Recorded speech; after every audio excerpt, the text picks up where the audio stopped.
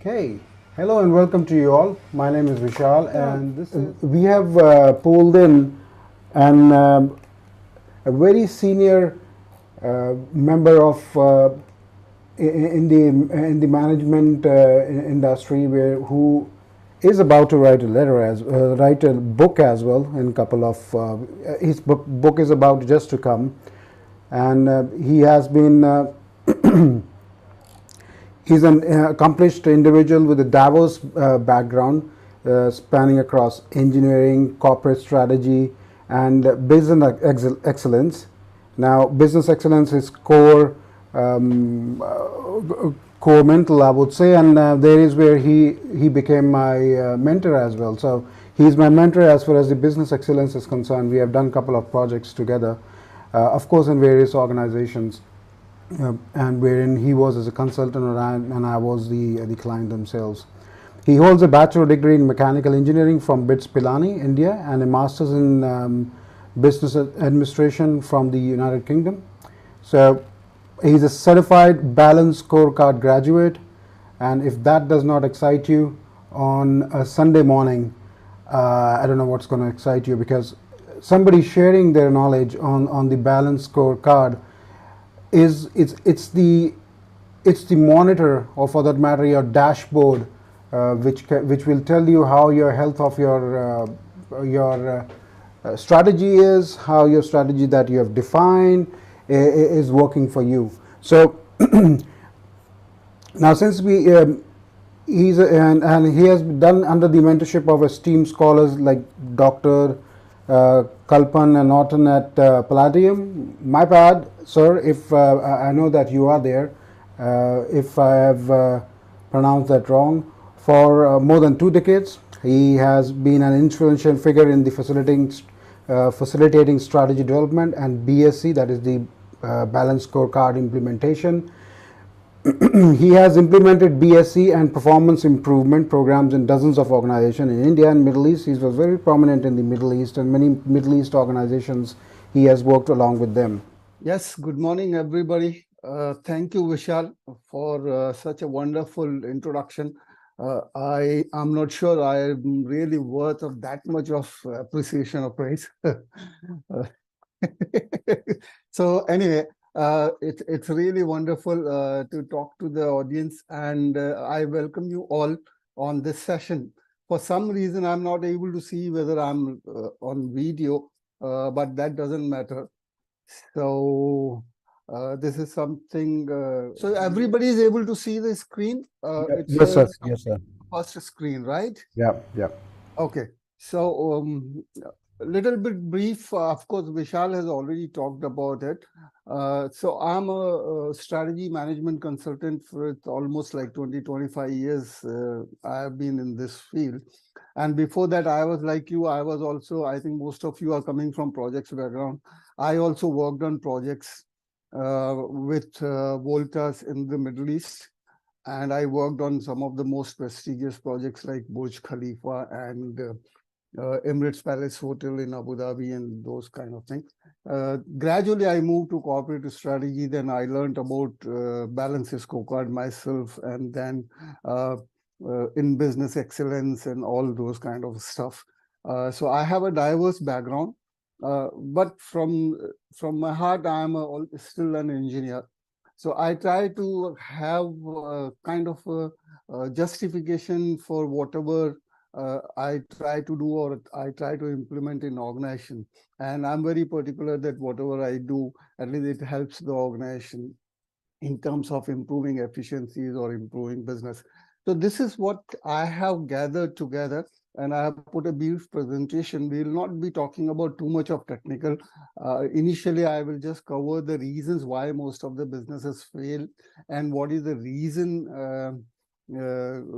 primarily what are the most common reasons about failure of a business, and then we will look at what can be done about it. So it may take half an hour just to cover all this, but we'll be trying to cover as much as possible within the time given.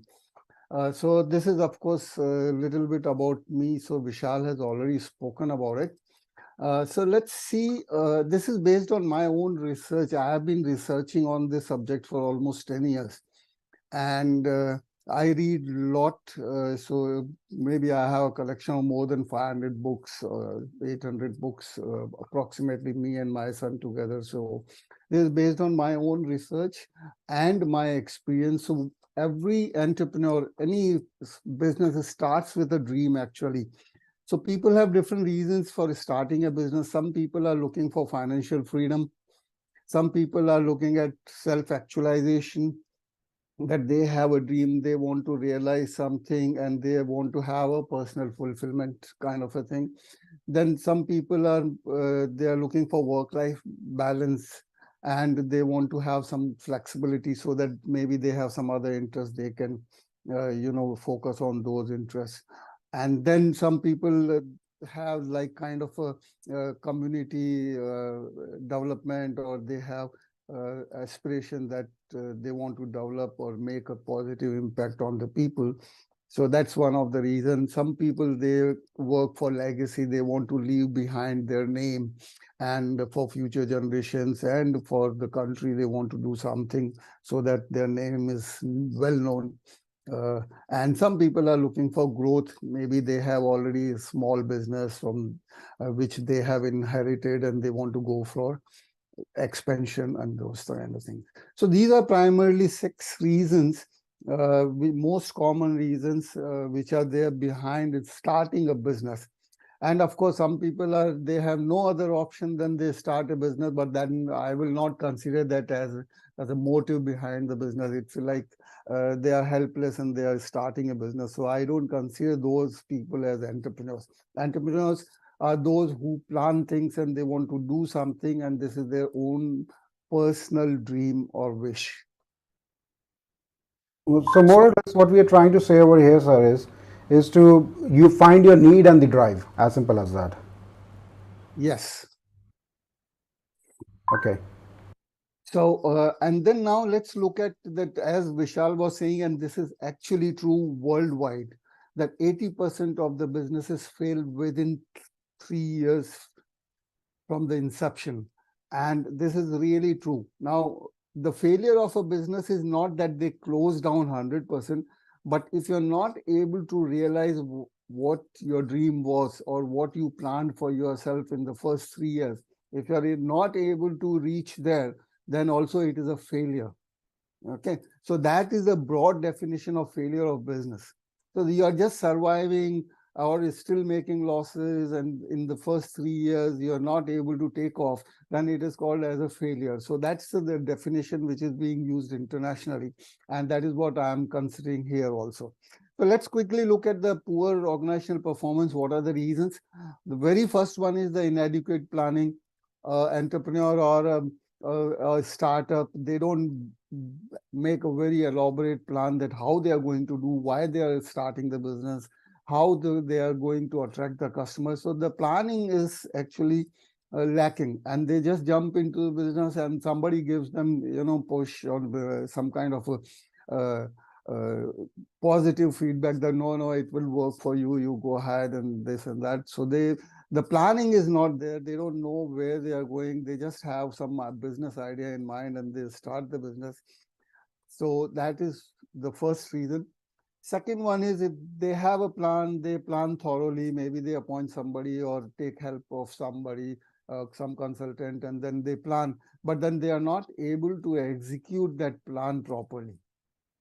So because planning is one thing and execution requires certain other traits in a person, because you have to be persistent, you need to have adequate knowledge about your industry and all those factors. And then if you don't have those kind of expertise and those kind of behavioral aptitudes, then it becomes a problem. So weak execution capability is one thing. You're not able to execute your business plan. The third one, this is very common in many of the startups and entrepreneurs, they have a silo mentality.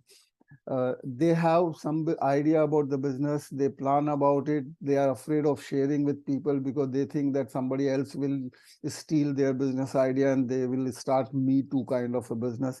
So they don't share too much information. Even they're working on their business plan, they have employees, but then employees are in the dark.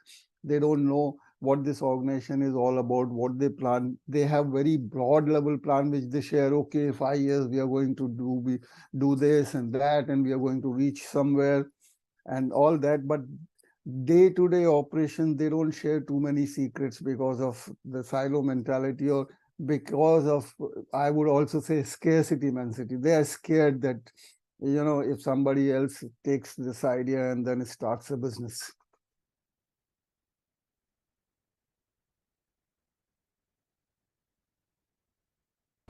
So, would you think that we said about inadequate planning? Do you think over planning also kills it? Sorry? Do you think that over planning also kills it? The poor organization? Over planning doesn't kill, overthinking kills it. Ah, okay. Okay. Okay, so the overthinking, and you keep on thinking and you're not able to decide, or you plan too broad and you consider too many factors, then you're trying to be everywhere and then you're nowhere. Okay. Okay. So over planning is not a problem. Problem is overthinking. You're keeping too many options and then you're not able to decide, and you're still spending time and energy on that. What do I do? So then it is a problem. Okay, sir. Okay. Okay, so again, my screen is not responding. Oh, 1 second. Now, this is a good omen, sir. It means our session is going good. Yes. Okay. Anybody has, I don't know how this, because for me it is the first session you have been conducting. Anybody has any question, we will take all those at the end, or somebody can talk in between. I am not sure. So, people whatever who, you have been doing, yes. yeah, people who are in Zoom, they would be simply unmuting their mic and they can talk. Okay. People those are on, I'm constantly, we are live streaming on LinkedIn, YouTube, and LinkedIn. Facebook as well. Yes. So I'm monitoring there as well. If somebody has a question, they can post it in the chat box, and I can take it from there. All right. Okay. Fine. Right. Fine. So maybe you can keep your questions ready, or you can type it so that we can take it if time permits at the end of the session. Okay. The fourth major reason is inadequate resources, because of course the startups, and especially the bootstraps, they don't have unlimited funds. There are no backup. There's no adequate financial resources. Then you're not able to hire people as you would like to hire, or have infrastructure system. So inadequate resources is the fourth most common factor for a poor performance in the organization. Obviously, without resources, you can't have a business running smoothly. The fifth is the lack of clarity. A lack of clarity about your market, your external environment. You may have adequate information about your strengths and weaknesses, your limitations, but if you are not, you have not thoroughly researched your market and your customer segments, your competition, demand, and even pricing, then it can be a reason for your business failure. Then, of course, external factors, which is also included in lack of clarity, competition, market factors, and you start a business, maybe some new competitors and players and new products emerge in the market which you were not aware of. So then competition becomes tough. So external factors also impact the organizational performance.